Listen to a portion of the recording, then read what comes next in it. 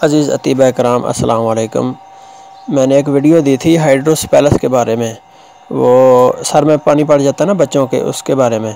तो एक दोस्त ने नीचे कमेंट किया था कि हाइड्रोसेल के बारे में बताएं, यानी कि खसियों में पानी पड़ जाना।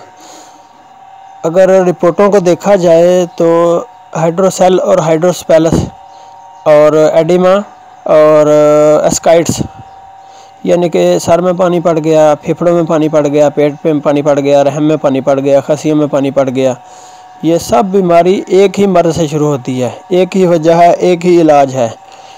हाँ, ये फ़र्क ज़रूर पड़ता है कि बच्चे की उम्र, मरीज़ की सेहत और मौसम के हिसाब से दवाई कम या ज़्यादा की जा सकती है। यानी कि दूध पीते बच्चों को तो कोई लिक्विड ही दिया जा सकता है, शरबत वगैरह, या बाहर से कोई मालिश वगैरह कर दी जाए। अगर कोई बड़ा है तो उसे दवाई खिलाई भी जा सकती है।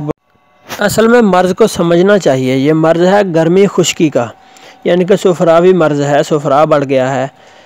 चलें इसके इलाज के लिए खुराक की दवा भी बता देता हूँ। पहले वीडियो में मैंने बताया था शरबत भी, और एक लगाने के लिए तेल भी, मालिश के लिए।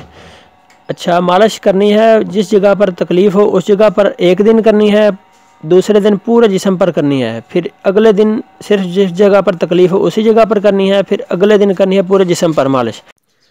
आपने लेना है गुल गाओ ज़बान 20 ग्राम, और तुखम कासनी 50 ग्राम, जौ खार 50 ग्राम, गुल सुर्ख 50 ग्राम, और कश्मीर खुश्क 40 ग्राम, यानी कि ये धनिया के बीज जो हैं ये 40 ग्राम लेने हैं।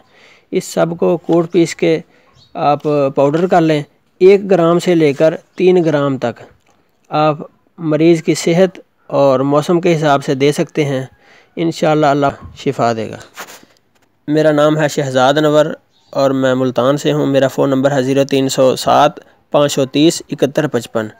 अगर किसी मर्ज़ की समझ नहीं आती तो आप मुझसे रब्ता करके मुझे रिपोर्टें भेज के व्हाट्सएप पे तो पता लगा सकते हैं। इंशाअल्लाह हम जितना मुमकिन हो सका आपकी मदद करेंगे। अल्लाह पाक आपको खुश रखे। अल्लाह हाफ़िज़।